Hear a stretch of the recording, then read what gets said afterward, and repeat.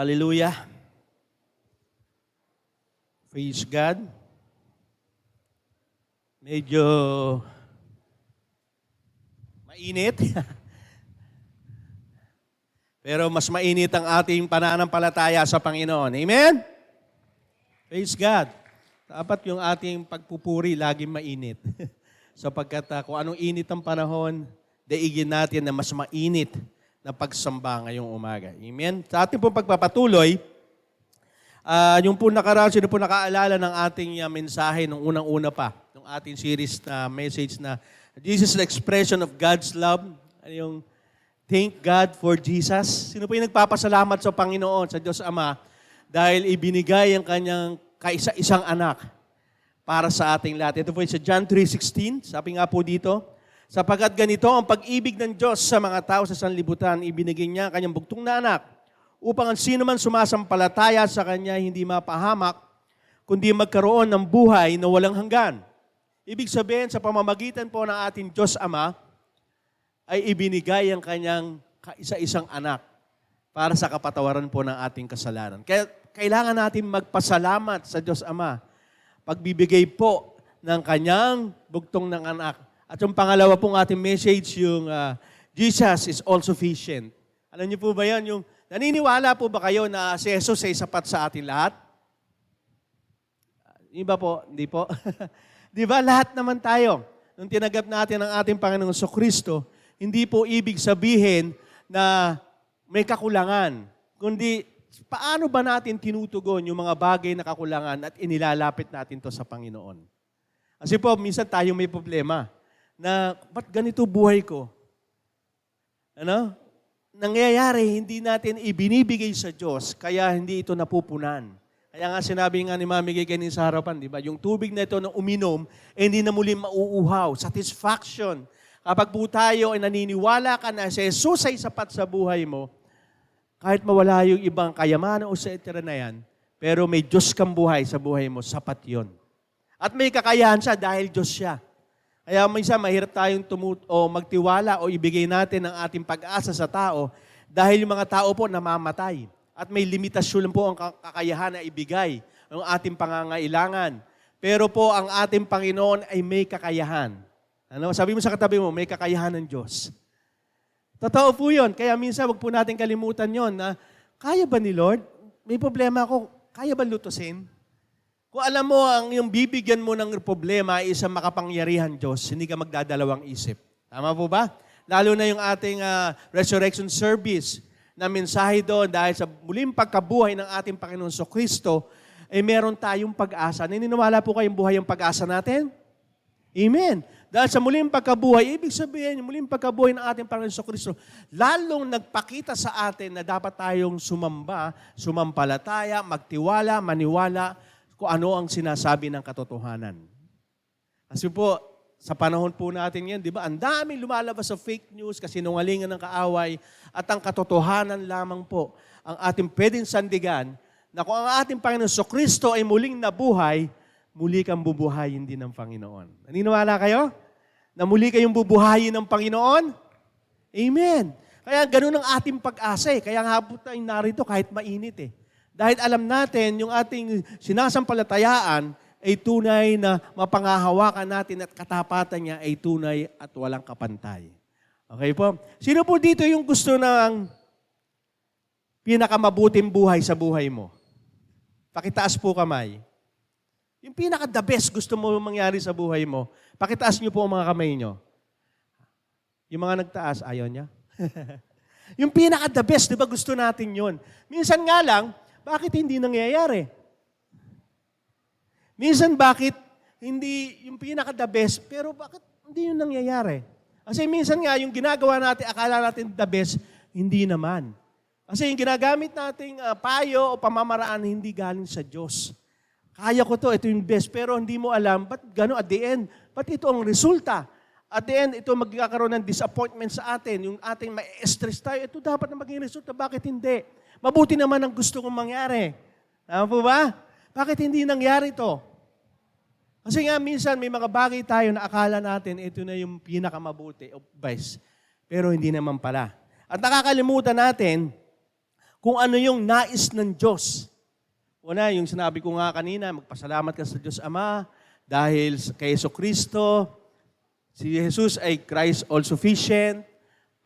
Pangatlo, yung ang ating pag-asa ay buhay dahil sa kanyang pagkabuhay. Ibig sabihin, yung pinakamabuti na nais ng Diyos, yun ang gusto niya isabuhay natin. Kaya ang mensahe po ng ngayong umaga ng Panginoon, isabuhay ang pinakamabuting nais ng Diyos sa iyong buhay.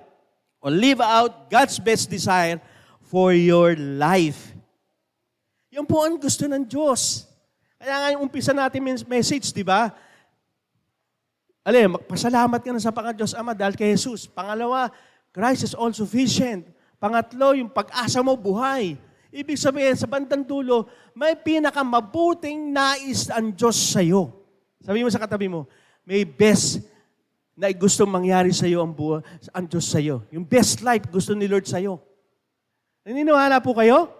Yung pinakamabuti. Bakit kaya? Kasi nga yung si Jesus, yung ibinigay niya, yung kapatawaran ng ating kasalanan, yun ang pinaka-best na binigay sa atin ng Panginoon. Kasi lahat tayo ay mapapahamak, lahat tayo ay mapupunta sa dagat-dagatang apoy because sabi sa Romans 6:23, di ba? Ang kabayaran ng kasalanan ay kamatayan. At ang yun na ibinigay na regalo ng Diyos na tayo hindi na muling mamamatay, kundi magkakaroon tayo ng buhay na walang hanggan sa pamamagitan ng ating Panginoong Jesucristo. Yun ang pinaka-best na ibinigay ng Diyos sa atin lahat. At marami pang bagay na gusto ibigay sa atin ng Panginoon, isabuhay natin. Ano po ang sinasabi dito po sa ating Psalm 32:8? Sabi po dito, sinabi ng Panginoon sa akin, ituturo ko sa inyo ang daan na dapat mong lakaran, papayuhan kita habang babantayan. Maganda po sa English sa I will instruct you and teach you in the way you should go. I will counsel you with my loving eye on you. May pag-ibig, ano? Ibig sabihin, sabi sa atin ng Panginoon, kung gusto mo na magkaroon ng pinakamabuti, yung design at bigay ko sa iyo, kailangan, sumunod ka sa daan na gustong daanan ng Diyos sa iyo. Kaya madalas hindi tayo nagkakaroon ng pinakamabuti sa buhay na bakit? Sabi ni Lord, diretso ka lang. Pumupunta ka sa kanan, pupunta ka sa kaliwa. Ibang-iba, sabi ni anak, dito ka lang pumunta. Pero mayroon tayong daan na mas gusto natin. Yung daan na maluwag, di ba? Sa Book of Matthew, daan na maluwag na hindi mo alam, pinakadulo nito ay kapahamakan. Pero yung daan masikip, ayaw mo dyan. Masikip dyan, hirap dumaan. Pero ang dulo nito ay kaligtasan. Kaya ang sabi ng Panginoon, ituturo ko sa iyo ng dapat mong lakaran, papayuhan kita habang binabantay. Ang maganda dito kay Lord, binibigyan niya ka ng counsel, binibigyan ka niya ng payo, pero malapit sa sayo, hindi malayo. Hindi katulad, papayuhan kita, ito na, alis na. Hindi. Sabi nga sa English, with loving eye on you. May mapagmahal na ako nakatingin sa iyo because I care for you. Yun ang Diyos natin. Habang ikay tunutuwid, habang ikay dinadaan sa tamang daan, may pagmamahal pa rin. May pagsuway na may pagmamahal. May pagtatama na may pagmamahal. May pagtutuwid na may pagmamahal. Hindi katulad ng ating mga magulang, di ba? Yung mga magulang habang nagdidisiplina, talagang mararanasan mo hindi pagmamahal, kundi hatred or galit. Kasi nga hindi galing sa pinanggalingan ng pag-ibig ang Diyos. Kaya ang sabi ng Panginoon, kung nais mo yung pinakamabuti para sa iyong buhay, sabi ng Panginoon, lumakad ka sa dapat mong lakaran na ituturo ko sa iyo. At ang payo ko at pamamaraan ko, the best dahil mabuti ka akong Diyos. Amen? Kaya maintindihan po natin, kung pinataas ko po kayo kanina, sino namang ayaw ng pinakamabuti sa buhay niya? Di ba? Lahat naman tayo eh. Pero nga, hindi natin nakikita yung ways ni Lord, yung pamamaraan niya. Yung paano tayo magkakaroon ng tunay na pinaka-mabuti. Kasi ibang-iba po kasi ang ni Satanas, ibang-iba po ang plano ni Satanas. Ano po sabi sa John 10:10? 1. Ang magnanakaw ay dumarating lamang upang magnakaw, pumatay at pumuksa. Yan ang purpose ng kaaway sa ating buhay. Layunin niya yan. Ako'y pumarito, sabi ng Panginoon, upang sila magkaroon ng buhay, magkaroon ito ng may kasaganaan. Ang layo, ang different na nga, Ang kaaway, nanakawan ka, nanakawan niya yung kagalakan mo, papatayin yung espiritu mo hanggang doon sa dagat-dagatang apoy, at pumuksa alin. Lahat ng magagandang bagay sa'yo tatanggalin ng kaaway. Yun ang main layunin ng kaaway. Pero ang Diyos ang sabi dito, bibigyan ka ng buhay, eternal life, magkaroon ka ng, masagana. Dito po, hindi lang pinag-uusapan po dito, material things. Kasi tayo, pag masagana ng buhay, agad tayo, kailangan may magandang bahay, sasakyan, malaki ang bahay, marami kang pera sa bangko, marami kang investment. Agad tayo, pag sinabing masagana. Iba po ang tinuturo po dito, ang pagkakaroon po ng balanse sa iyong buhay. Yun po ang tunay na kasaganahan. Kasi yun, hindi nyo po nakikita? Maraming mayayaman naman at tinan nyo buhay magulo. Tinan nyo buhay walang kapayapaan. Kung ang basehan natin ng kasaganahan ay yung pera o material things, hindi yan ang tingin ng Diyos. Kasi nga ang kasaganahan, sinasabi dito ng Panginoon, balanseng buhay. Sabihin, mayroon kang magandang relasyon sa Panginoon, mayroon kang magandang relasyon sa pamilya mo, bilang nanay, bilang tatay, mga anak, maganda ang relasyon mo. Balanse lahat. Kasi marami po na masagana ang buhay pero hindi balanse ang buhay. Tanungin niyo, marami po yan. Hindi ko po sinasabi lahat pero mas madalas po, walang Diyos. Sira ang buhay ng pamilya. Yung lalaki, maraming asawa. Yung anak, maraming bisyo, hiwalay. Mga hindi sumusunod sa Diyos, hindi balanse. Yung ba sinasabi masagana? Ang masaganang buhay ay pagkakaroon po ng balanced life. Yan po ang plano ng Diyos sa atin. Sabi mo sa katabi mo, balanse ba ang buhay mo? Hindi. Kalabitin nyo, hindi po natutulog yan. Nakikinig po sa akin yan. Sabi mo, balanse ba ang buhay mo? Kasi yun po ang plano ng Diyos sa atin. Kaya nga makikita mo ang Diyos mabuti. Hindi lang tayo nagmamahal sa Kanya, kundi titignan niya pa kung ano yung atin nasa paligid ay magkakaroon ng kasaganahan. Kasi kung pera lang o masaganang buhay lang binigay sa atin ni Lord, hindi si Kristo ang padadala. Economist, yung magaling hawak ng pera. Pero hindi. The greatest thing na kailangan ng tao ay kaligtasan. Kasi yan po ang sinasabi ng Panginoon. Kaya mensahe po natin, isabuhay ang pinakamabuting nais ng Diyos. Paano ito mangyayari? Paano natin maisasabuhay? Di ba sabi, Pastor, gusto namin yan. Ang tanong, paano? Kung mabuti ang Diyos at sinasabi niya sa pamamagitan ng kanyang payo at sa pamamagitan ng katotohanan, sinasabi rin ng kanyang katotohanan, ng kanyang salita, paano? Unang-una, ituon ang isip sa mga bagay sa itaas. Hindi po yung kisame. Baka, tumingin na ako, hindi po yung ilaw. Ang sinasabi po dito, yung makalangit. Ano po sinasabi sa Colossus 3:1-2? Kaya ngayon muling binuhay na kasama ni Kristo ay hanapin niyo ang mga bagay na nasa itaas na kinaroroonan ni Kristo na nakaupo sa kanan Diyos. Ituon ninyo yung pag-iisip sa mga bagay na nasa itaas. Nung makalangit, hindi sa mga bagay na nasa ibabaw ng lupa. Ibig sabihin, hanapin ninyo ang bagay na nasa itaas. Present tense po ito. Araw-araw po ito. Sino po dito yung binago na yung buhay mo sa pamamagitan ng ating Panginoon sa Kristo? Pakitaas po kamay. Yung masasabi mo, ako'y na kay Kristo na binago na yung buhay ko. Yung pong hindi nagtaas, alanganin, 50-50. Sige po. Naunawaan ko po yun. Ano po ba kahalagahan ito? Kasi po, pag kayo po'y binago na ng ating Panginoon, nakasama na matay ni Kristo at muling binuhay, iba na ang ating pag-iisip. Ibig sabihin, mga bagay na nasa langit na ang ating ginagawa.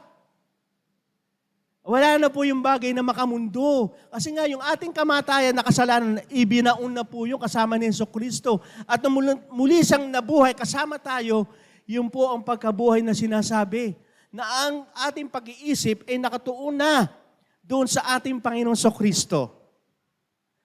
May challenge ako sa inyo. Ano po ba natin makikita para mas maano po natin, mas maliwanag? Pag sinabing itoon sa taas, ganun po natin daliri natin, hintuturo. Itaas nyo po ganun. Taas nyo po. Dalawang, may buo kasi ako, hindi ko may tataas. Dalawang kamay po, ganyan. Ayan, taas nyo po. Exercise, ayan, taas nyo. Dabi, itutok nyo sa taas at itutok nyo sa puso nyo. Ganun nyo. At sabi nyo, pag ganon. Pag ganon, ganun yung turo nyo, pag ganon. Una, taas, sa puso, sa ganon. Gawa. Bakit po? Kapag po ang ating pag-iisip nakatuon sa maka-Diyos at ipinasok mo po sa isipan mo yan, at pumasok sa puso mo yan, at pumasok yan sa puso mo, yan ang gagawin mo. Naintindihan niyo po? Kung ano ang pinasok nyo sa isipan nyo, kung ito po ay maka-Diyos, papasok po yan sa puso nyo, ang kilos po natin ay magkakaroon ng epektong maka-Diyos. Yung po ang sinasabi ng Panginoon. Kung gusto mo na may pinakamabuti na nais ng Diyos sa buhay mo, ang isipin mo lagi, ituon mo yung isipan sa taas, upang sa ganon, ito ang papasok sa isip mo, papasok sa puso mo, at yun ang ikikilos mo. Kapag ang pinasok mo sa isipan mo ay kasinungalingan ng kaaway, pumasok sa puso mo yan, ano kilos mo? Kasinungalingan. Halimbawa na lang, nagkakaroon ka ng difficulty sa pera, at sinabi ng kaaway, yung bang Kristiyano? Kala ko ba pinagpapala mga Kristiyano? Kala ko ba, ano ka pa? Di ba? Pawasok sa isip mo, sa puso mo, alalahanin na, po nga, no? Paano nangyari ito? Dapat binibless na ako eh. Ano pagsunod? Ay, may nakita kang Bombay. Pautang naman, no? Kaya iba, masamang gawain, magnanako na lang ako para Nakita niya? Naintindihan niyo po? Kapag ang maling kaisipan pumasok sa isip natin, pasok sa puso, kasama paggawa. Kapag ang ating pag-iisip ay galing sa Panginoon, sa taas, sa makalangit na bagay, pumasok yan sa isipan mo, pagpasok mo yan, kilos mo, maka-Diyos pa rin. Amen? Pero ano sinasabi ng Panginoon? Galing sa kanyang katotohanan, sa makalangit at salita, sabi niya, hindi kita pababayaan. I never leave you nor forsake you. Pansamantala lang yung pagsubok mo, pasok sa isipan, pasok sa puso. Oh, di ba? Magtitiwala ka sa Panginoon. Anong gawa? Church pa rin ako kahit may problema. Magpe-praise and worship pa rin ako kahit may akong pinagdadaanan na problema. Tama ang gawain mo, tama ang ginagawa mo kasi meron kang pag-iisip mula sa kalangit, sa katotohanan. Yun po ang nais ng Diyos. Kung gusto mo na may pinakamabuti na bagay sa buhay mo, ituon mo ang isipan mo sa ating Diyos, sa makalangit na mga bagay. Kaya napakahalaga po na itong ginagawa natin. Inutos po ng Panginoon na magsimba every Sunday sa mga gawain. Bakit? Kasi ito po ang magbibigay sa atin upang anumang kasinungalingan ng kaaway na binabato sa'yo, alam mo na sinungaling yung binabato sa'yo. Kasi alam mo yung katotohanan, alam mo ang Diyos. Alam niyo po? Kaya napakahalaga po ng ginagawa natin. Kaya hindi po tayo makokontrol na sa sanas sa mga bagay na ibinabato niya dahil alam mo ang katotohanan. Ay hindi, hindi ka naliligaya sa buhay mo. Hindi ka na magiging masaya. Di ba may nangyari kang kasalanan noon? Di ba grabe yung kasalanan mo? Kasi nungalingan ng kaaway. Pero alam mo katotohanan, di ba sabi ng Panginoon, pinatawad ko na ang lahat ng kasalanan nyo, even yung kasalanan mo pa, nagagawin mo pa lang. Future sin, bayad na yan. Kung alam mo yun, hindi magpapatuloy ka sa Panginoon, magpapatuloy ka sumamba, magpapatuloy ka sa pananampalataya, pagtitiwala at pagsunod sa Panginoon. Amen? Kaya nga, pag pinuno mo ang isipan mo na makabagay na makalangit, damay ang isip mo, puso mo, pati kilos mo. Kaya pag ang isipan mo, pinulyot mo yan ng korupsyon, ng mga bagay dito sa mundong to, I tell you, pati kilos mo damay. Kasi yan ang itinatanim natin. Kaya pag itunoon ang ating paningin sa taas, sa ating sa bagay na makalangit, na itutuon natin ang ating Panginoon kay Jesus.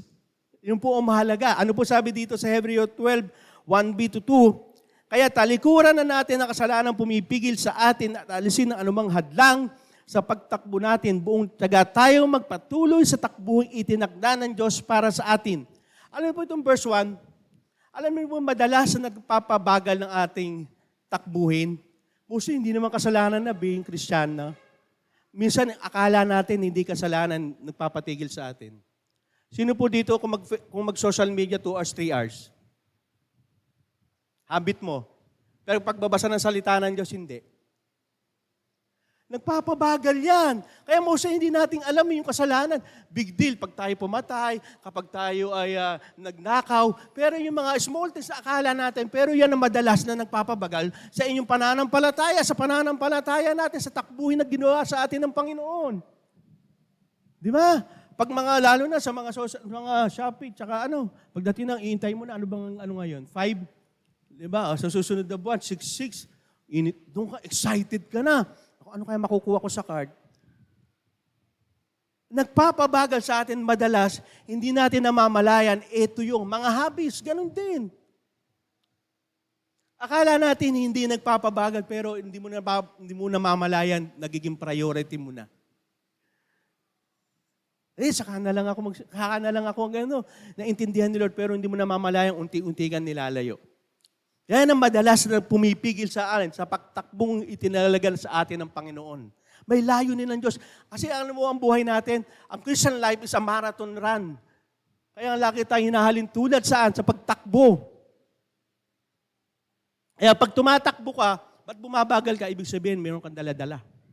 Pag kayo nakatuon sa ating Panginoon Kristo, diretso ang takbuhin mo. Alam mo kasi, pupuntahan mo. Mayroong finish line. Kaya sabi po dito sa verse 2, ituon natin ang ating paningin kay Jesus na sandigan ng ating pananampalataya natin mula sa simula hanggang sa wakas.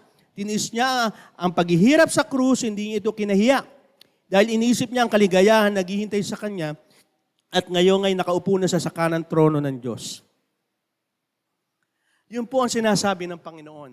Ituon natin ang ating paningin sa Kanya, siya yung sandigan ng ating pananampalataya. Alam niyo po ba, the more we closer to God, the more we often to repent. Hindi napapansin niyo? Pag tayo malapit sa Panginoon, hindi niyo napapansin, magiging madalas ang paghihingi natin ng tawad. Bakit kaya? Ang Diyos ay liwanag. Amen? Kapag ikay nakadikit sa liwanag, makikita mo yung nasa katawan mo, sa buhay mo. Kaya pag ikay nakatingin sa liwanag sa ating Panginoon, malapit ka, makikita mo, ay may dumi to, tatanggalin ko. Lord, patawarin niyo po ako.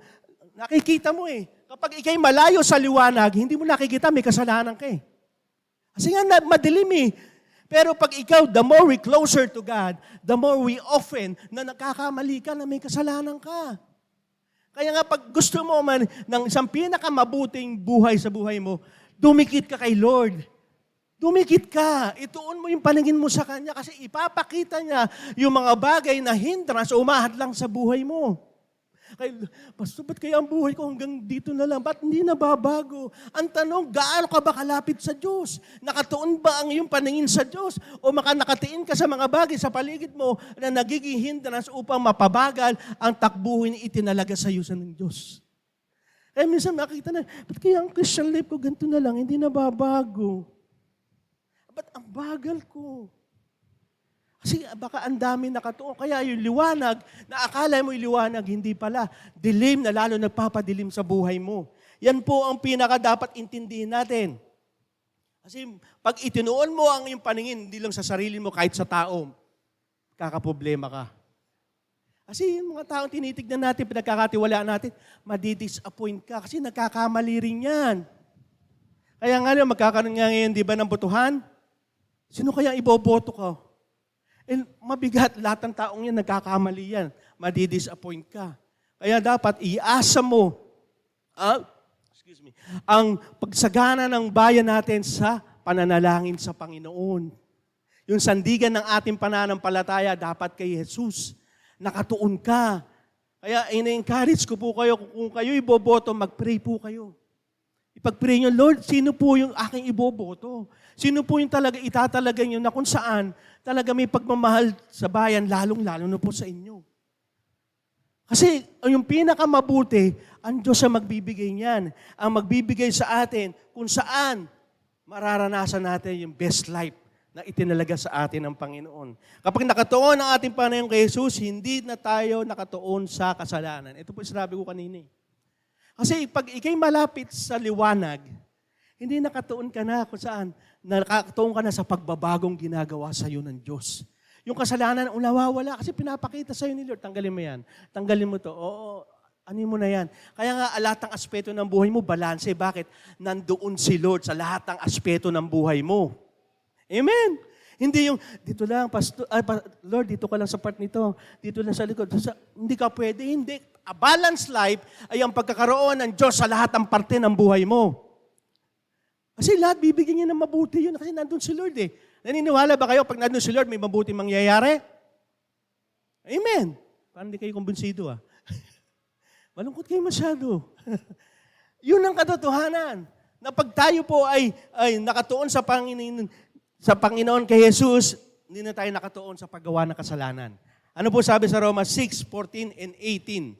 Sapagkat ang kasalanan ay hindi na makapaghahari sa inyo sapagkat wala kayo sa ilalim na kautusan, kundi sa ilalim ng biyaya. By the grace of God. Kaya nagiging mabuti ang buhay mo. Bakit? Dahil sa biyaya ng Diyos. At pagkatapos na mapalayo kayo sa kasalanan, naging alipin kayo sa paggawa ng matuwid. Kaya muling pagkabuhay natin, verse na binanggit kanina, di ba? Nakakatuon na tayo sa mga bagay na nasa itaas. Bakit? Kasi nga, iba na tayo, may bagong pagkatao tayo na.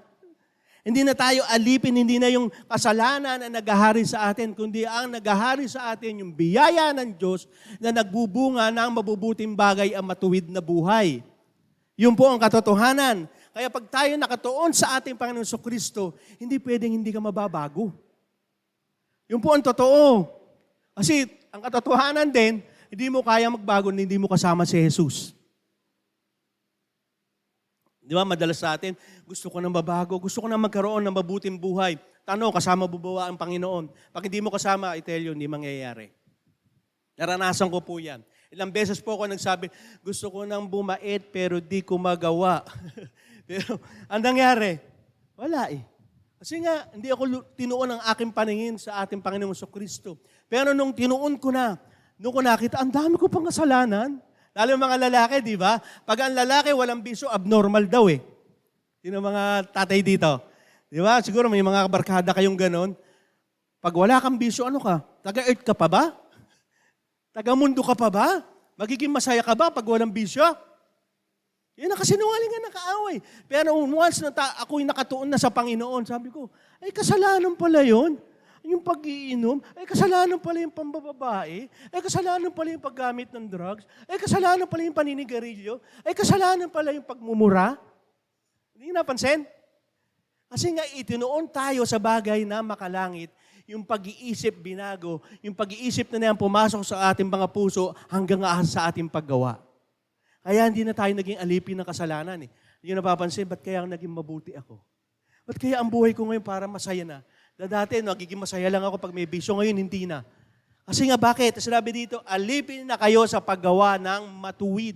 Yung matuwid dito sa pamamagitan ng biyaya ng Diyos. Sa pamamagitan kung ano yung pamantayan at panuntunan ng Diyos sa atin. Hindi yung panuntunan natin at ang mundo. Kaya pag itinaon natin ang ating Panginoon, sa ating Panginoon, Jesus, ang ating Panginoon, ang ating paningin sa ating Panginoon Jesus, magkakaroon tayo lang kahangalan ang ituon ng ating sarili sa gawain ng mundo. Kahangalan pala yun. Kasi dati, di ba, okay lang. Pag tayo ay makamundo, hindi pala. Ang sabi ni Lord, hangal ka. Di pa ako nagsabi nun. Ang ating Panginoon. Kaya pag tayo nakatuon sa taas, makalangit, nakatuon tayo kay Jesus, pangalawa, hindi na natin itutuon ang ating Panginoon sa mga gawain ng mundo. Bakit? Kahangalan po ito. Ano po sabi sa Lucas 12:19-21, ito po ay isa pong kwento ng ating Panginoong Kristo, sabi dito. At sasabihin ko sa aking kaluluwa, ito po yung tao na mayaman, successful, maraming ari-arian. Sabi dito, kaluluwa, marami ka ng pag-aari, nakaimbak sa maraming taon. Magpahinga ka na, kumain ka, uminom ka at magsaya ka. Wow, ganda, no? Ito ang buhay. Marami kang pera, mag-retired ka na, punta ka kung saan-saan, nang pwede ka magpahinga, kumain, uminom, magsaya ka, everything what you do. Di ba? Yun, sinabi. Pero sabi ng Panginoon, subalit, sinabi sa kanya ng Diyos, hangal. Sa gabing ito kukunin ang iyong kaluluwa at kanino ka kaya mapupunta ang mga bagay na inhanda mo. Gayon nga, nagtitipon ng kayamanan para sa kanyang sarili, subalit hindi mayaman sa Diyos. Hindi ko po sinasabi na masama ang magkaroon ng kayamanan, magkaroon ng magandang buhay. Pero pag ito po ay nakatuon sa sarili mo at hindi ito po recognize na ito ay galing sa Diyos at hindi mo pinaglilingkod, sabi ni Lord, hindi kayamanan niya maituturing. Sabi nga dito, di ba? Saan mapupunta yung mga iniwan mo? Wala. Kaya sabi mo sa katabi mo, may araw ka rin. Lahat naman tayo mamamatay eh. Sinasabi, kaya ibig sabihin, Pastor, napaka-ano mo, lahat naman tayo mamamatay, yun po ang katotohanan. Pero ang taong may Diyos, ang taong umaasa sa Diyos, kahit dumating ang kamatayan, masaya pa rin harapin ito. Amen? Yun ang katotohanan. Kasi nga may pag-asa ka. Kaya, testimony ko na naman po, di ba? Kaya po ako lagi nagiinom noon eh. Kasi po ako takot akong mamatay. Bakit po? Kasi pag ako nakainom na sobra na lasing, matutulog ako namatay, okay, ang pag-iisip ko, okay na po yun. Ang katotohanan sinabi, ang hangal ka. Bakit? Nagpakasaya ka, nagpaka-ano ka ng buhay mo. Di mo ba alam kung saan ka pupunta? Kaparusahan. Kaya nga pag tayo po ay may bagong pag-iisip na itunoon natin sa makalangit, lalo sa ating Panginoong Hesus, binabago niya yung pag-iisip natin. Kaya nga sabi sa Roma 12, diba? Transform by renewing your mind. Ibig sabihin, dahil nagbago ang pag-iisip natin na nakatuon na sa ating Panginoong Hesus at kahangalan ng sinagawa ng sanlibutan ito, mababago ka. Ang nangyayari, pinakamabuti nangyayari sa buhay mo. Hindi ko po sinasabing perfect ang buhay ko po ng pamilya ko. Pero masasabi ko lang, pinakamabuting ginagawa ng Diyos sa buhay ng pamilya ko. Hindi po pera. Hindi po yung mayroon tayong magaganda o maragagarang mga bagay sa buhay natin. Kundi, sinabi ni Lord, kung magkaroon ka ng buhay na walang hanggan, hindi pa ba pinakamabuti yon? Di ba? Sinabi nga, ngayong araw kukunin ko buhay mo eh. Sino ba nakakaalam na mamamatay ka? Sino po dito alam niya mamamatay ka? Wala. Di ba? Ibig sabihin, kung alam mo na ikay may buhay na walang hanggan, na alam mo, ililigtas ka ng Panginoon, may pinakamabuti ka ng buhay. Di ba? Huwag tayo tumuon sa mga bagay na ng sanlibutan. Bakit kaya ang mga gumagawa ng masama, sila pa ang nananagana. Di ba? May ganyan tayo mga tanong eh. Bakit kung sino pa yung mga walang Diyos sa buhay, sila pa yung mayayaman? Yung tanong minsan ganon. Kung sino po yung hindi naman sumusunod sa Lord, sila pa yung mga nabe-bless. Pero sabi nga ng Panginoon eh, yung mga gumagawa niyan, hindi alam nila yung pinakadulo niyan. Pero kung ikaw ay umaasa sa Panginoon, nakatuon sa Panginoon, alam mo yung dulo mo. Di ba? Na ano mang paghihirap mo dito, ano man ang pagtsatsaga mo dahil sa pananampalataya mo, alam mo yung dulo. Pero yung mga gumagawa ng masama, hindi nila alam ang dulo niyan. Ang saya-saya ng buhay. Pero hindi lang pakpatay. Saan ka pupunta? Dagat-dagatang apoy. Pero ikaw, pag namatay ka, alam mo yung pupunta mo, kasama mo ang Panginoong Jesucristo. Yun ang pinakamabuti at pinakamainam na buhay. Amen? Yun ang katotohanan. Kung alam mo yung pinakadulo, bakit sasabihin mo maiinggit pa tayo? Ako madalas po akong ganyan. Pag ako nagdadrive, motor lang, makita ko yung mga ang gaganda ng sasakyan, gano'n lang. Pero sabi sa akin ni Lord, bakit? May pinakamainam na buhay ba sila? May pinakamabuti ba silang buhay? Baka bukas siya, kunin ko buhay nila. Paano yung mga pinahahalagahan nila? Ang tanong, at the end of the day, masaya ka ba? Kasi darating tayo sa point na, oo nga, ba't ako hindi masaya? Kung masaya ka sa Panginoon, titingin ka sa Kanya, at ang maganda rito, alam mo yung pupunta mong bandang dulo. Yun ang kasiguraduhan. Yun ang pinakamagandang buhay. Kaya kapag tayo nakatuon sa paningin sa gawain ng mundo, mararanasan natin ang kaluwalhatian. Pag hindi po tayo nakatuon sa bagay na makamundo, yung kaluwalhatian ng Diyos mararanasan natin. Wow, grabe, no? Ano po sabi dito sa Roma 8:16-18? Ang Espiritu mismo ang nagpapatotoo kasama ng ating Espiritu na tayo'y mga anak ng Diyos. Sino po mga anak ng Diyos? Pumalakpak na malakas. Maiinggit ka, may bagong sasakyan. Maiinggit ka, malaki ang bahay. Ang tatay mo, Lord of Lords, Kings of Kings. Amen? Hindi ka magiging masaya. Ikaw, sabi mo sa tabi mo, ang yaman mo pala. Bakit? Ang tatay ko hari na mga hari, Diyos na mga Diyos Di mayaman ka. Minsan nga nagsasabi anak ko, Daddy, ba't ganito? Ba, matuwa ka, bakit? Ang tatay mo, Diyos, mayaman ka anak. Kasi yun ang nakakalimutan natin. Nakatuon lagi tayo sa mga bagay na material. Sabi nga, kahangalan niya, makita niyo yung mga bagay. Pero ulitin ko, hindi po masama. Pero ang nagiging nangyayari, priority na po natin, ginodiyos na po natin yan. Ano po sabi dito? At kung mga anak ay mga tagapagmana rin, mga tagapagmana ng Diyos, at mga kasamang tagapagmana ni Kristo. Ano man ang minana ni Kristo, kasama po tayo doon. Kung tunay nga nagtitiis tayong kasama niya upang tayo luwalatiin naman kasama niya, itunuring ko na ang pagtitiis sa panahong kasalukuyan ay hindi karapat-dapat mayambing sa kaluwatian mahayag sa atin. Si Apostol Paul po yung nagsasabi dito. Nung siya nakakaranas ng pagtitiis, persecution dahil sa kanyang pananampalataya, ang sabi niya, anong kwenta na ng pagtitiis ko kung ang kapalit naman mayahambing din ito ay kaluwalhatian ang mayahayag sa atin. Kasi darating po ang panahon, yung pagbabalik ng ating Panginoong Kristo, kung paano siya dadakilain, lahat ng sumasamba, sumusunod, nananampalataya sa Kanya, kasama ng Panginoon, itatanyag ang karangalan ng pangalan niya, kasama ka roon. Hindi ka maiiwan. Kaya nga sabi nga sa Bible din tayo rin nanguhusga sa mga sa mga disobedient, sa mga ayaw sumunod sa Diyos. Hindi pagmamayabang po yun kasi kasama tayo sa karangalan, inihayag ng Panginoon sa pagdating niya. Yung, sabi nga dito, hindi mayahambing ang kaluwalhatian. Mag-isip na kayo ng pinakamaganda, hindi nyo po mayahambing yun.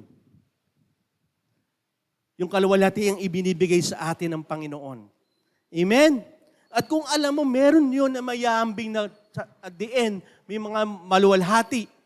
Hindi ka ba susunod? Hindi ka ba susunod sa Panginoon, yung kanyang ways na itinuturo niya sa'yo, yung pinakamabuti, upang magkaroon ka ng isabuhay mo yung pinakamabuti, unang-una sumunod, magtiwala ka sa Panginoon, manampalataya ka.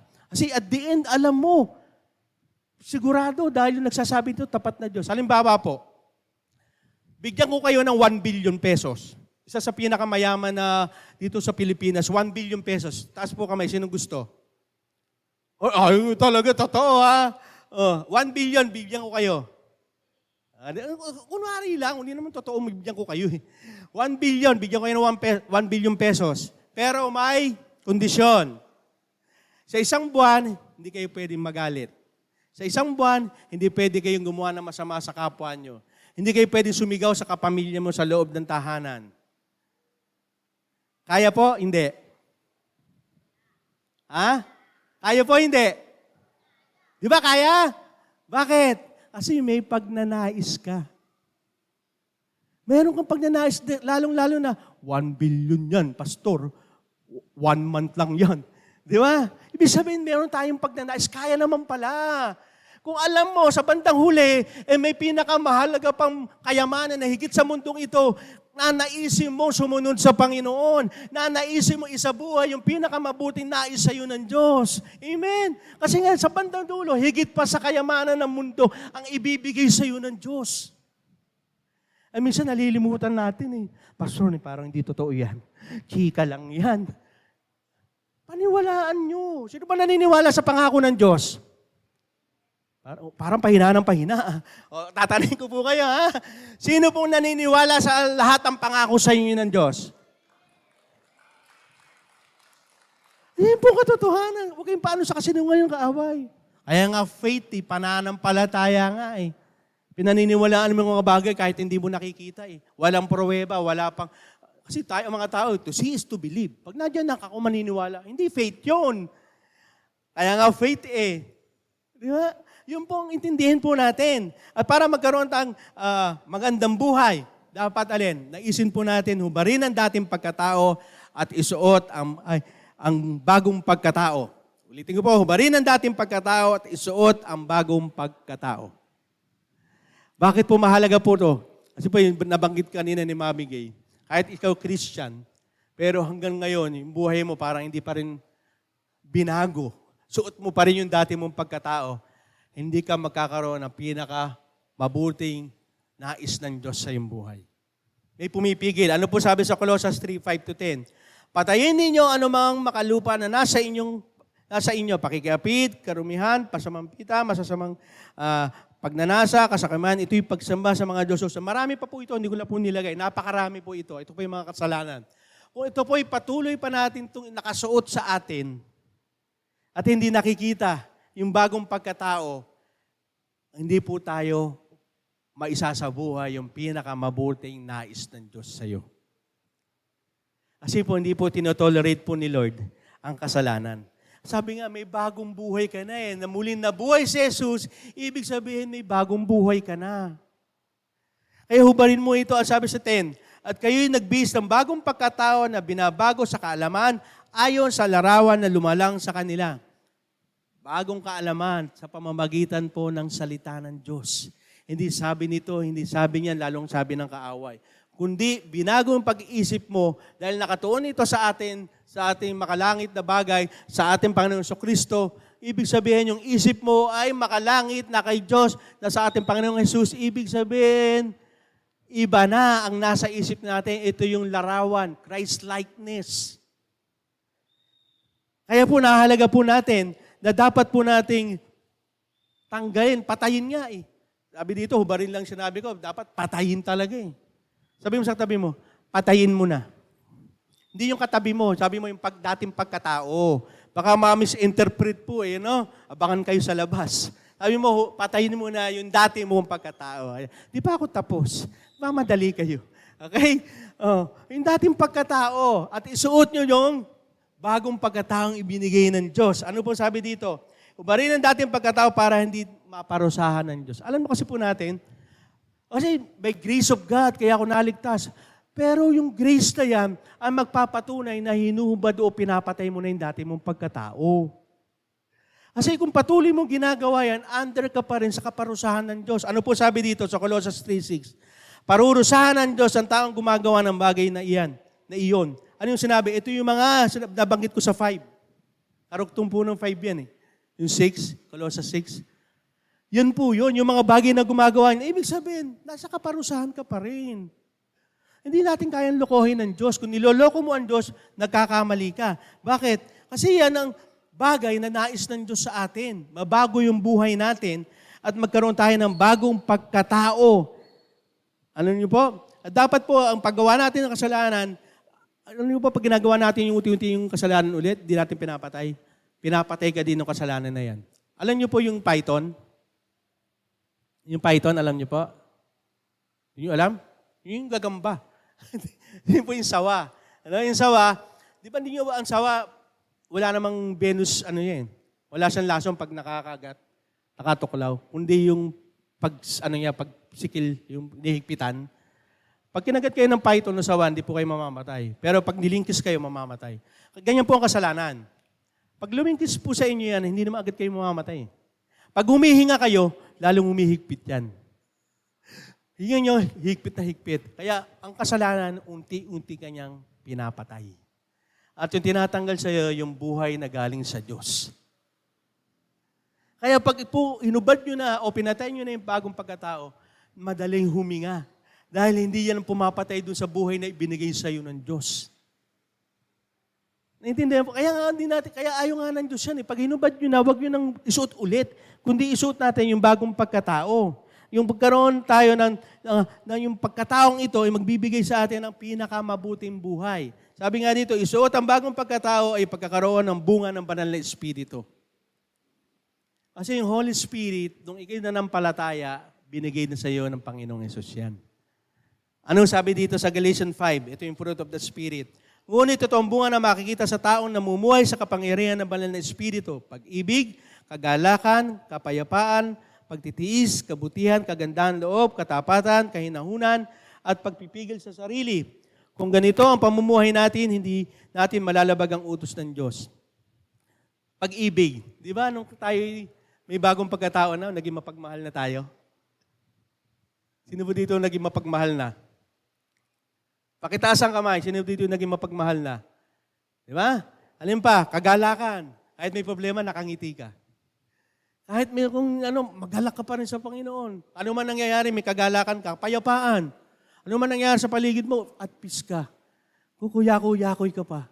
Bagong pagkatao na eh. Hindi tulad dati, magkaroon ka, ay, naku, paano na? Nakakatakot na. Ano na mangyayari sa mundo? Ano na mangyayari sa buhay namin, sa pamilya ko? Puno tayo ng takot.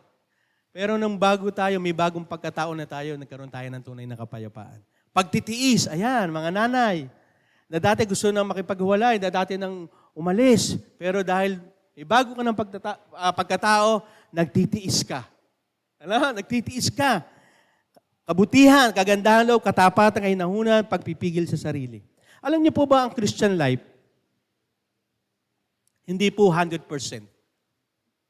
So, iba yan Oo. Kasi pag 100%, 50% sa'yo, 50% kay Lord. Tama? Ang Christian life is at 200%. 100% kay Lord, 100% sa'yo. Tama po ba? Ilang porsyento?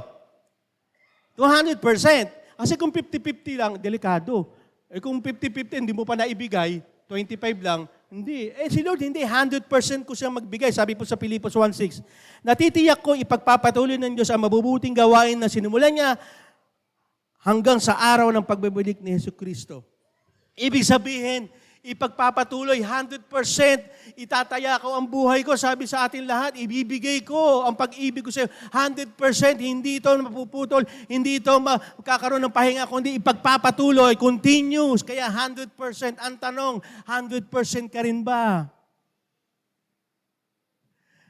Isa buhay natin yung pinakamabuti na gusto ng Diyos, pero sabi ni Lord, 100% ka din, hindi 50-50, hindi yung Lord, ito lang kalahati. Hindi ganun. Kung si Lord ay binigay 100%, kaya natin magbigay ng 100%. Amen? Kung gusto nyo ng pinakamainam at mabuting buhay mo, itodo mo na. Sabi mo sa tabi mo, itodo mo na. Huwag ka na magtira, itodo mo na, itaktak mo na. Kasi yung nangyayari, hindi tayo magtodo eh. Pag sa ibang bagay, todo ka. Pagdating sa pag-worship, ganito ka. Pero pagdating sa labas, habang sumasayo ka, ganun-ganun ka. Pero pagdating kay Lord, tamad na tamad ka. Ang saya-saya ng awitin, pero ikaw malungkot. Hindi 100% eh. At ulit po, sa susunod po nating message po about worship, ang ating pag-uusapan. Buhay na may pagsamba. Ang ating series po next month. Kaya doon pala makita natin na 100% ba talaga ang ating ibinibigay sa Panginoon. Ano? Sabi nga dito, sapagkat ang Diyos siya nagbibigay sa inyo ng pagnanais at kakayahan masunod niyo ang kalooban niya. Kapag alam mo na ang Diyos pa rin na magbibigay sa iyo ng kakayahan para masunod siya, para magkaroon ka ng magandang buhay, anong gagawin mo? 100% ka ibibigay mo sa Kanya. Kasi siya nga ang dahilan lang eh. Wala nang iba eh. Kaya maraming tao, maraming Christian, nagpupumilit pa, kaya ko to, kaya ko maging maganda buhay ko, kaya ko itong tagumpayan. Kaya anong nangyari, may tama eh. Bakit pinagpipilitan eh? Hanggat hindi mo kasama ang Diyos sa buhay mo at hindi ka aas at magtitiwala sa Panginoon, I tell you, hindi ka magkakaroon ng mabuting buhay.